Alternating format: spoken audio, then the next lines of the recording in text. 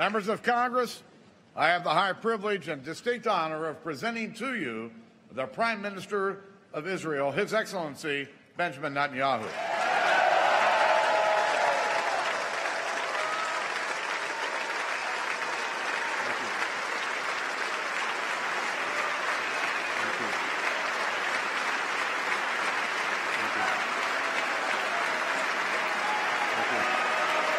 Thank you. Thank you. Speaker of the House, John Boehner, President Pro Tem, Senator Orrin Hatch, Senate Majority Leader Mitch McConnell, House Minority Leader Nancy Pelosi, and House Majority Leader Kevin McCarthy. I also want to acknowledge Senator Democratic Leader Harry Reid. Harry, it's good to see you back on your feet.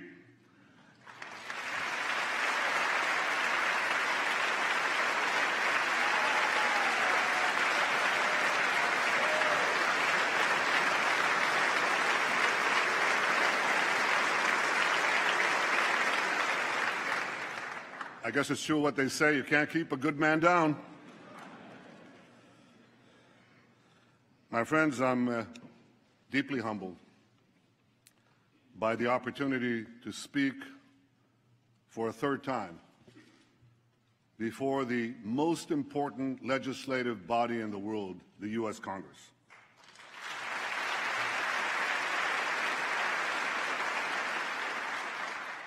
I want to thank you all for being here today. I know that my speech has been the subject of much controversy.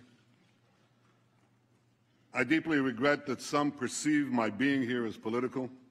That was never my intention.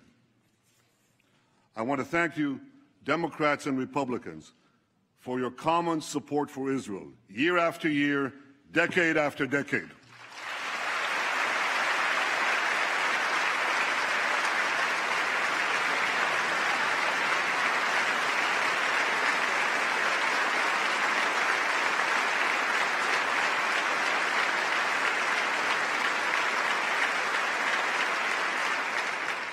I know that no matter on which side of the aisle you sit, you stand with Israel.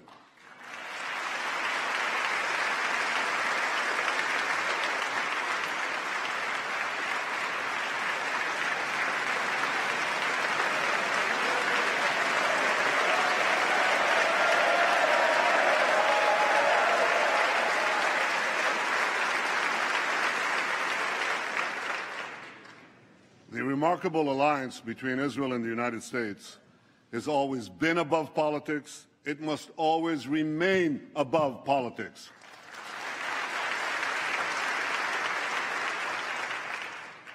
Because America and Israel, we share a common destiny, the destiny of promised lands that cherish freedom and offer hope. Israel is grateful for the support of America's people and of America's presidents, from Harry Truman to Barack Obama.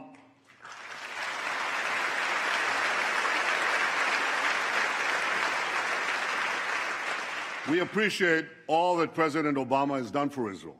Now, some of that is widely known.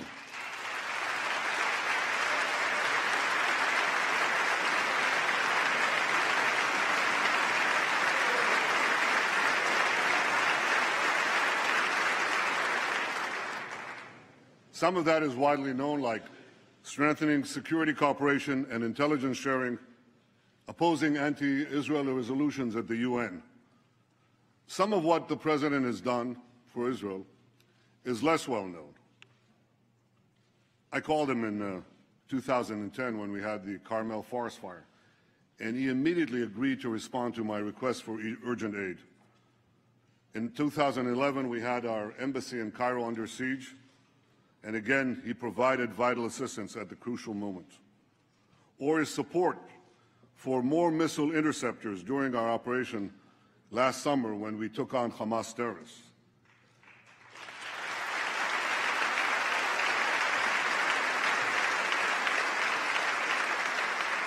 In each of those moments, I called the president, and he was there. And some of what the president has done for Israel might never be known because it touches on some of the most sensitive and strategic issues that arise between an American president and an Israeli prime minister. But I know it, and I will always be grateful to President Obama for that support.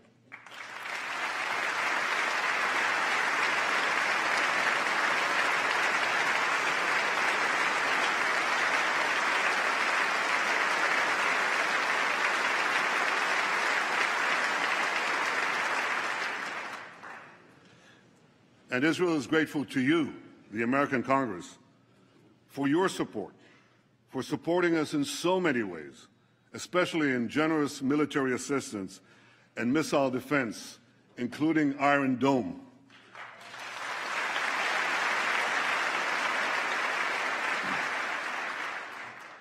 Last summer, millions of Israelis were protected from thousands of Hamas rockets because this Capitol Dome helped build our Iron Dome.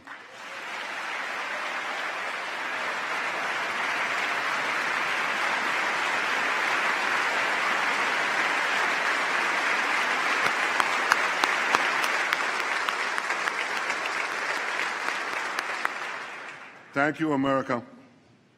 Thank you for everything you've done for Israel. My friends, I've come here today because as Prime Minister of Israel, I feel a profound obligation to speak to you about an issue that could well threaten the survival of my country and the future of my people: Iran's quest for nuclear weapons. We're an ancient people. In our nearly 4,000 years of history, many have tried repeatedly to destroy the Jewish people. Tomorrow night, on the Jewish holiday of Purim, we'll read the book of Esther. We'll read of a powerful Persian viceroy named Aman, who plotted to destroy the Jewish people some 2,500 years ago. But a courageous Jewish woman, Queen Esther, exposed the plot and gained for the Jewish people the right to defend themselves against their enemies. The plot was foiled. Our people were saved.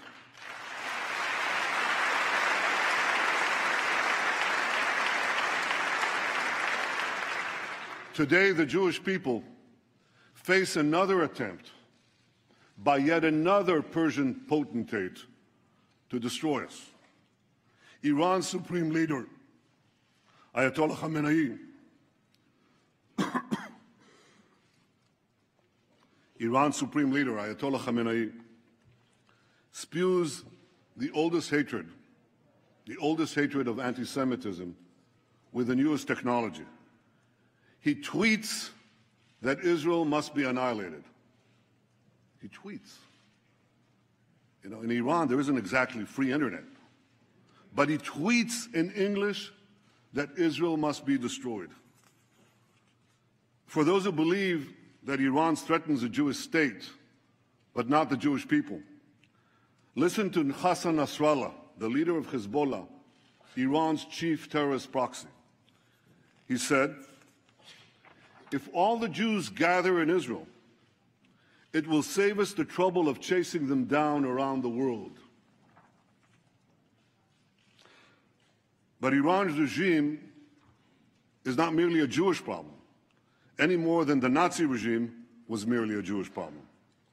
The 6 million Jews murdered by the Nazis were but a fraction of the 60 million people killed in World War II. So too, Iran's regime poses a grave threat not only to Israel, but also to the peace of the entire world. To understand just how dangerous Iran would be with nuclear weapons, we must fully understand the nature of the regime. The people of Iran are very talented people. They're heirs to one of the world's great civilizations. But in 1979, they were hijacked by religious zealots who imposed on them immediately a dark and brutal dictatorship. That year, the Zealots drafted a constitution, a new one for Iran. It directed the Revolutionary Guards not only to protect Iran's borders, but also to fulfill the ideological mission of jihad. The regime's founder, Ayatollah Khomeini, exhorted his followers to export the revolution throughout the world. I'm standing here in Washington, D.C., and the difference is so stark. America's founding document promises life, liberty, and the pursuit of happiness. Iran's founding document pledges death, tyranny, and the pursuit of jihad. And as states are collapsing across the Middle East, Iran is charging into the void to do just that. Iran's goons in Gaza, its lackeys in Lebanon, its Revolutionary Guards on the Golan Heights are clutching Israel with three tentacles of terror. Backed by Iran, Assad is slaughtering Syrians. Backed by Iran, Shiite militias are rampaging through Iraq. Backed by Iran, Houthis are seizing control of Yemen, threatening the strategic straits at the mouth of the Red Sea. Along with the Straits of Hormuz, that would give Iran a second choke point on the world's oil supply. Just last week, near Hormuz, Iran carried out a military exercise blowing up a mock U.S. aircraft carrier. That's just last week, while they're having nuclear talks with the United States. But unfortunately, for the last 36 years, Iran's attacks against the United States have been anything but mock, and the targets have been all too real. Iran took dozens of Americans hostage in Tehran, murdered hundreds of American soldiers, Marines in Beirut, and was responsible for killing and maiming thousands of American servicemen and women in Iraq and Afghanistan. Beyond the Middle East, Iran attacks America and its allies through its global terror network. It blew up the Jewish Community Center and the Israeli embassy in Buenos Aires. It helped al-Qaeda bomb U.S. embassies in Africa. It even attempted to assassinate the Saudi ambassador right here in Washington, D.C. In the Middle East, Iran now dominates 4 Arab capitals: Baghdad, Damascus, Beirut, and Sana'a. And if Iran's aggression is left unchecked, more will surely follow. So at a time when many hope that Iran will join the community of nations, Iran is busy gobbling up the nations.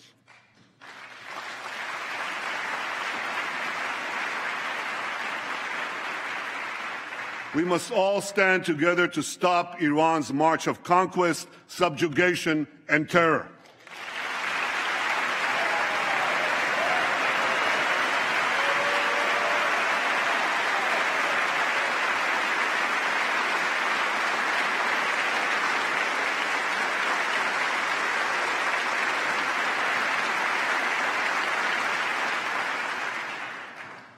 Now, 2 years ago, we were told to give President Rouhani and Foreign Minister Zarif a chance to bring change and moderation to Iran. Some change, some moderation. Rouhani's government hangs gays, persecutes Christians, jails journalists, and executes even more prisoners than before. Last year, the same Zarif, who charms Western diplomats, laid a wreath at the grave of Imad Murnia. Imad Murnia is the terrorist mastermind who spilled more American blood than any other terrorist besides Osama bin Laden. I'd like to see someone ask him a question about that. Iran's regime is as radical as ever.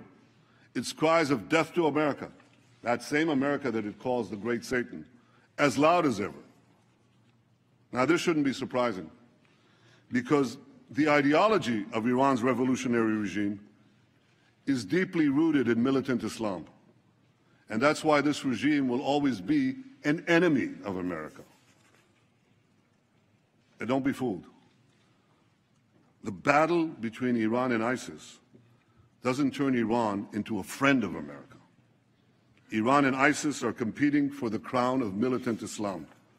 One calls itself the Islamic Republic. The other calls itself the Islamic State. Both want to impose a militant Islamic empire, first on the region and then on the entire world. They just disagree among themselves who will be the ruler of that empire.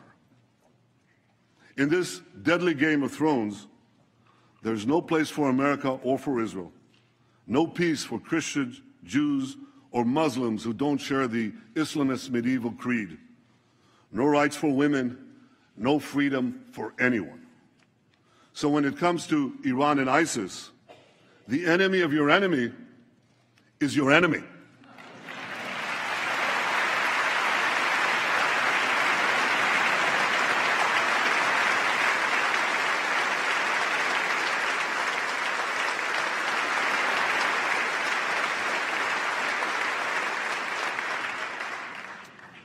The difference is that ISIS is armed with butcher knives, captured weapons, and YouTube, whereas Iran could soon be armed with intercontinental ballistic missiles and nuclear bombs. We must always remember, I'll say it one more time, the greatest danger facing our world is the marriage of militant Islam with nuclear weapons. To defeat ISIS and let Iran get nuclear weapons would be to win the battle but lose the war. We can't let that happen.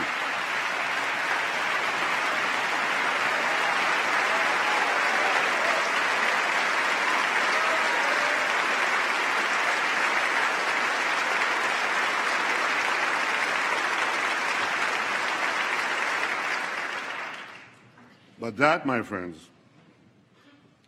is exactly what could happen if the deal now being negotiated is accepted by Iran. That deal will not prevent Iran from developing nuclear weapons. It would all but guarantee that Iran gets those weapons, lots of them. Let me explain why. While the final deal has not yet been signed, certain elements of any potential deal are now a matter of public record. You don't need intelligence agencies and secret information to know this. You can Google it.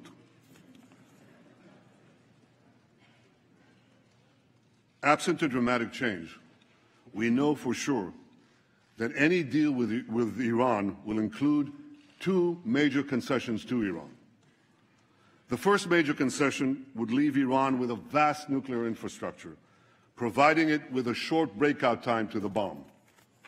Breakout time is the time it takes to amass enough weapons-grade uranium or plutonium for a nuclear bomb. According to the deal, not a single nuclear facility would be demolished.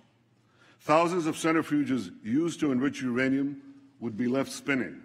Thousands more would be temporarily disconnected, but not destroyed. Because Iran's nuclear program would be left largely intact, Iran's breakout time would be very short, about a year by U.S. assessment, even shorter by Israel. And if Iran's work on advanced centrifuges, faster and faster centrifuges, is not stopped, that breakout time could still be shorter, a lot shorter. True, certain restrictions would be imposed on Iran's nuclear program, and Iran's adherence to those restrictions would be supervised by international inspectors. But here's the problem. You see, inspectors document violations. They don't stop them. Inspectors knew when North Korea broke to the bomb, but that didn't stop anything. North Korea turned off the cameras, kicked out the inspectors. Within a few years, it got the bomb. Now we're warned that within 5 years, North Korea could have an arsenal of 100 nuclear bombs. Like North Korea, Iran too has defied international inspectors.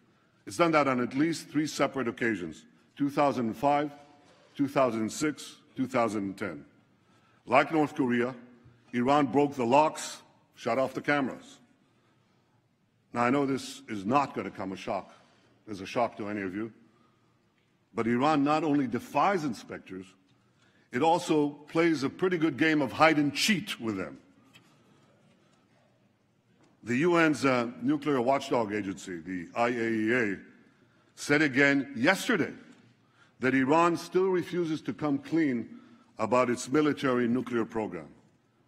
Iran was also caught twice, not once, twice, operating secret nuclear facilities in Natanz and Qom, facilities that inspectors didn't even know existed. Right now, Iran could be hiding nuclear facilities that we don't know about, the U.S. and Israel. As the former head of inspections for the IAEA said in 2013, he said, if there's no undeclared installation today in Iran, it'll be the first time in 20 years that it doesn't have one. Iran has proven time and again that it cannot be trusted. And that's why the first major concession is a source of grave concern. It leaves Iran with a vast nuclear infrastructure and relies on inspectors to prevent a breakout. That concession creates a real danger that Iran could get to the bomb by violating the deal. But the second major concession creates an even greater danger, that Iran could get to the bomb by keeping the deal. Because virtually all the restrictions on Iran's nuclear program will automatically expire in about a decade. Now, a decade may seem like a long time in political life, but it's the blink of an eye in the life of a nation. It's a blink of an eye in the life of our children. We all have a responsibility to consider what will happen when Iran's nuclear capabilities are virtually unrestricted and all the sanctions will have been lifted. Iran would then be free to build a huge nuclear capacity that could produce many, many nuclear bombs. Iran's supreme leader says that openly. He says Iran plans to have 190,000 centrifuges, not 6,000 or even the 19,000 that Iran has today, but 10 times that amount. 190,000 centrifuges enriching uranium. With this massive capacity, Iran could make the fuel for an entire nuclear arsenal, and this in a matter of weeks, once it makes that decision. My longtime friend, John Kerry, Secretary of State, confirmed last week that Iran could legitimately possess that massive centrifuge capacity when the deal expires. Now, I want you to think about that. The foremost sponsor of global terrorism could be weeks away from having enough enriched uranium for an entire arsenal of nuclear weapons, and this with full international legitimacy. And by the way, if Iran's intercontinental ballistic missile program is not part of the deal, and so far Iran refuses to even put it on the negotiating table, well, Iran could have the means to deliver that nuclear arsenal to the far-reaching corners of the earth, including to every part of the United States. So you see, my friends, this deal has two major concessions. One, leaving Iran with a vast nuclear program. And two, lifting the restrictions on that program in about a decade. That's why this deal is so bad. It doesn't block Iran's path to the bomb. It paves Iran's path to the bomb. So why would anyone make this deal? Because they hope that Iran will change for the better in the coming years? Or they believe that the alternative to this deal is worse? Well, I disagree. I don't believe that Iran's radical regime will change for the better after this deal. This regime has been in power for 36 years, and its voracious appetite for aggression grows with each passing year. This deal would only whet Iran's appetite for more. Would Iran be less aggressive when sanctions are removed and its economy is stronger? If Iran is gobbling up 4 countries right now while it's under sanctions, how many more countries will Iran devour when sanctions are lifted? Would Iran fund less terrorism when it has mountains of cash with which to fund more terrorism?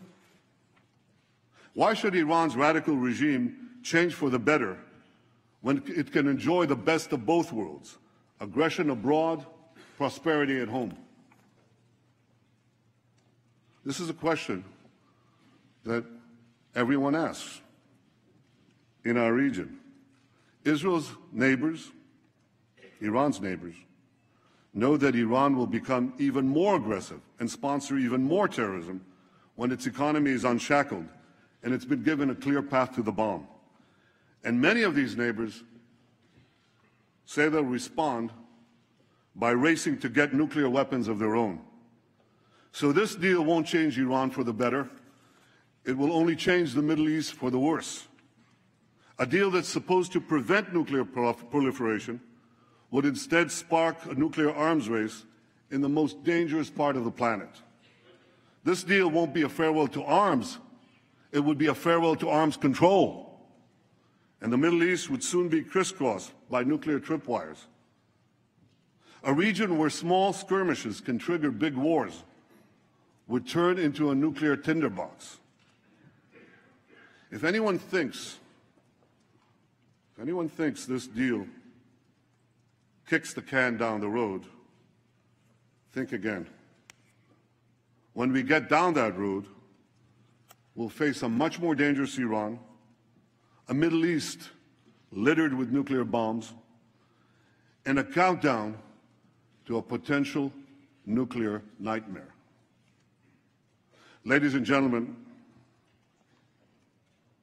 I've come here today to tell you we don't have to bet the security of the world on the hope that Iran will change for the better. We don't have to gamble with our future and with our children's future.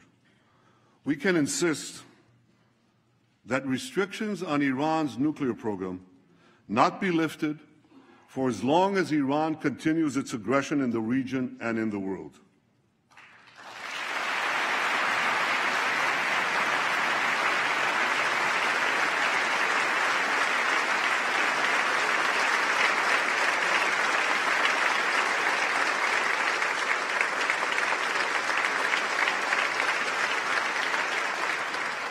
Before lifting those restrictions, the world should demand that Iran do three things. First, stop its aggression against its neighbors in the Middle East. Second,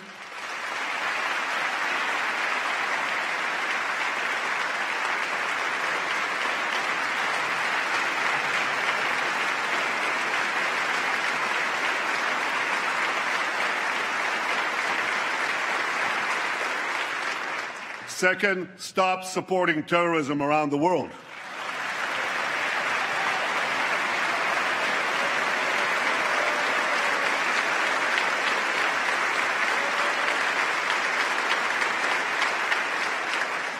And third, stop threatening to annihilate my country, Israel, the one and only Jewish state.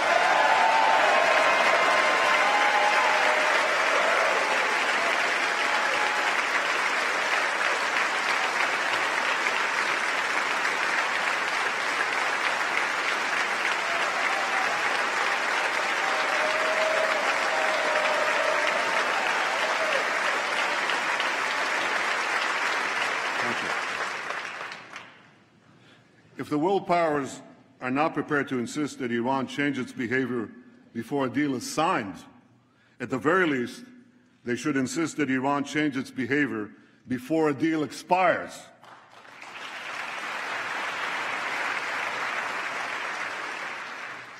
If Iran changes its behavior, the restrictions would be lifted. If Iran doesn't change its behavior, the restrictions should not be lifted.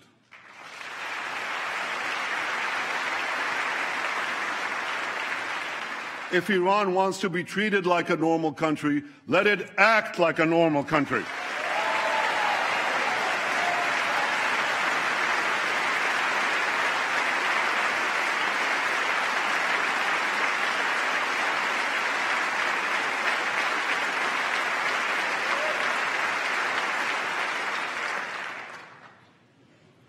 My friends, what about the argument that there is no alternative to this deal?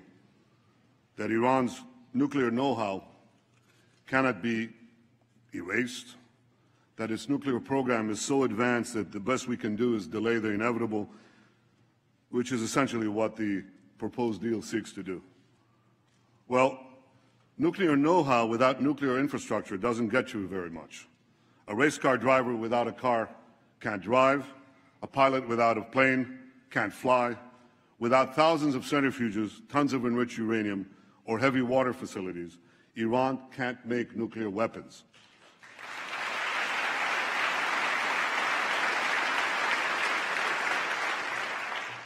Iran's nuclear program can be rolled back well beyond the current proposal by insisting on a better deal and keeping up the pressure on a very vulnerable regime, especially given the recent collapse in the price of oil.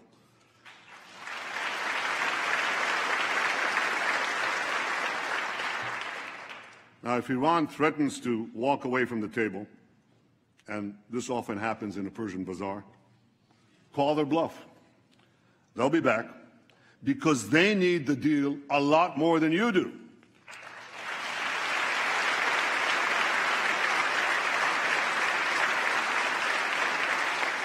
And by maintaining the pressure on Iran and on those who do business with Iran, you have the power to make them need it even more. My friends, for over a year, we've been told that no deal is better than a bad deal. Well, this is a bad deal. It's a very bad deal. We're better off without it.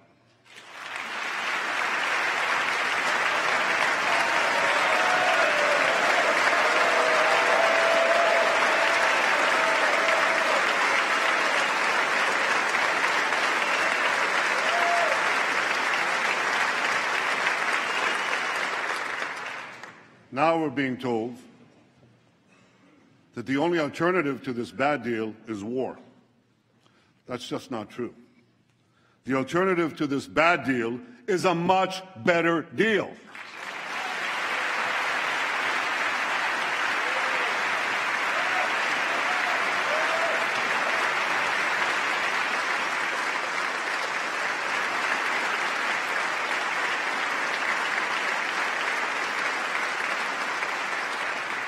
A better deal that doesn't leave Iran with a vast nuclear infrastructure and such a short breakout time.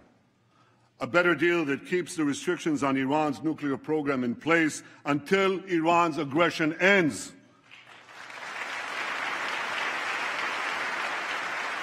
A better deal that won't give Iran an easy path to the bomb. A better deal that Israel and its neighbors may not like, but with which we could live, literally. And no country has a greater stake.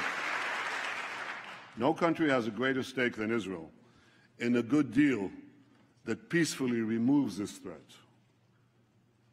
Ladies and gentlemen,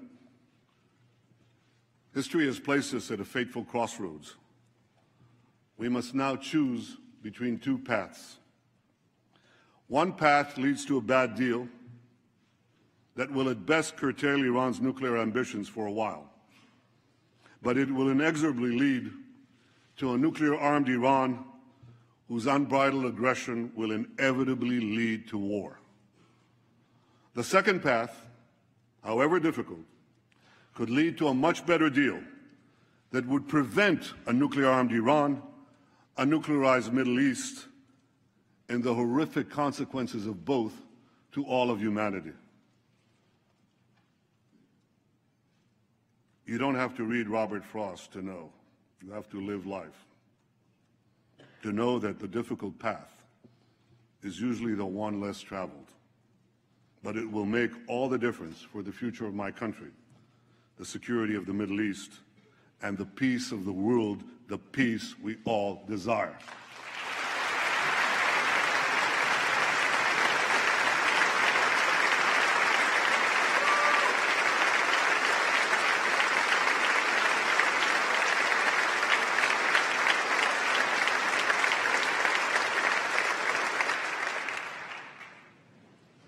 My friends, standing up to Iran is not easy. Standing up to dark and murderous regimes never is. With us today is Holocaust survivor and Nobel Prize winner, Elie Wiesel.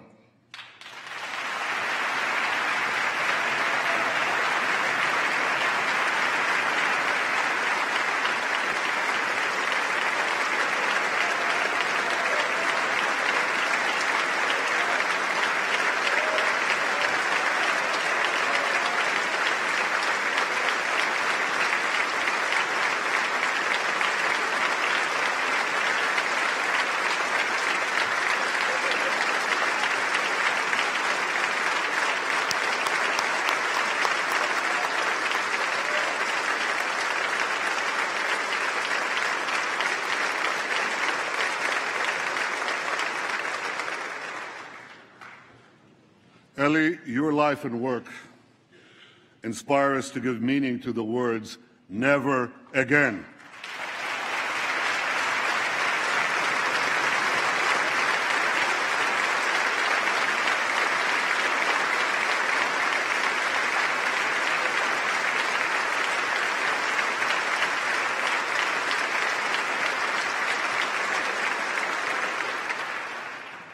And I wish I could promise you, Elie, that the lessons of history have been learned.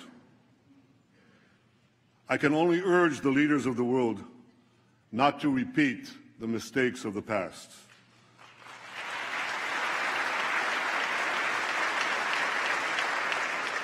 Not to sacrifice the future for the present, not to ignore aggression in the hopes of gaining an illusory peace.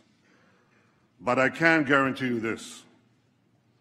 The days when the Jewish people remain passive in the face of genocidal enemies, those days are over.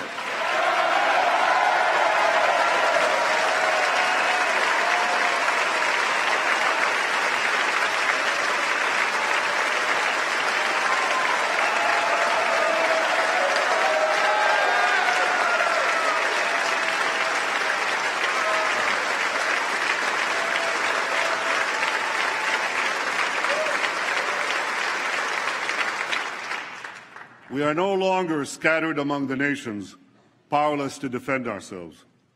We've restored our sovereignty in our ancient home, and the soldiers who defend our home have boundless courage.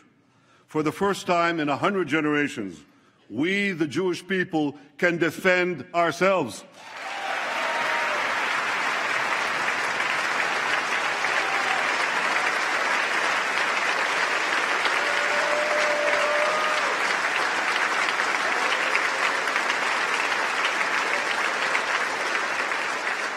This is why, as Prime Minister of Israel, I can promise you one more thing. Even if Israel has to stand alone, Israel will stand.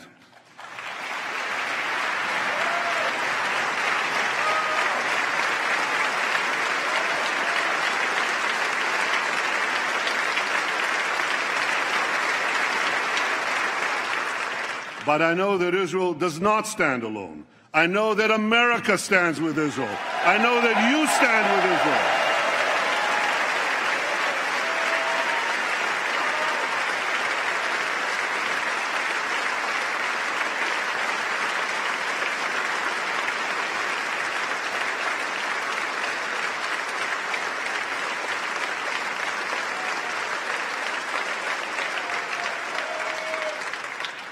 You stand with Israel because you know that the story of Israel is not only the story of the Jewish people, but of the human spirit that refuses again and again to succumb to history's horrors.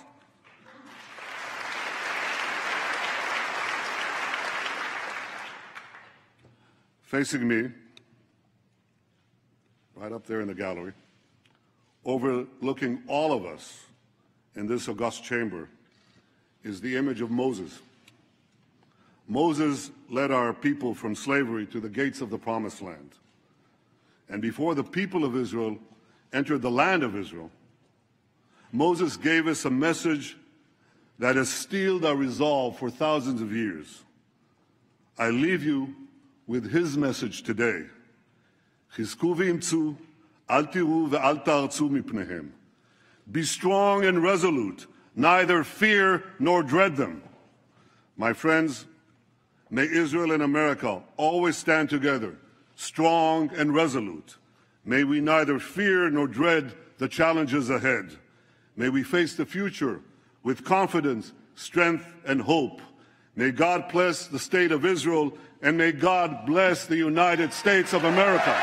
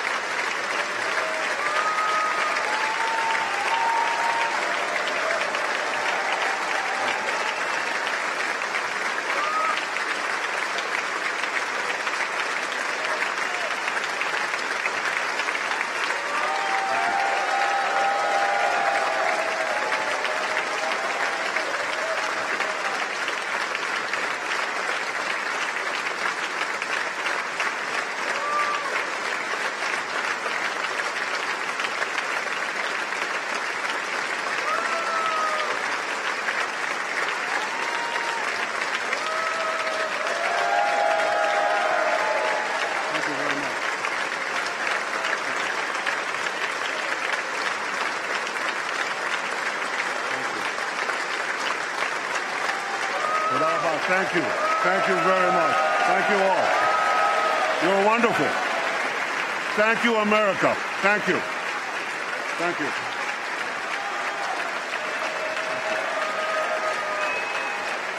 Thank you.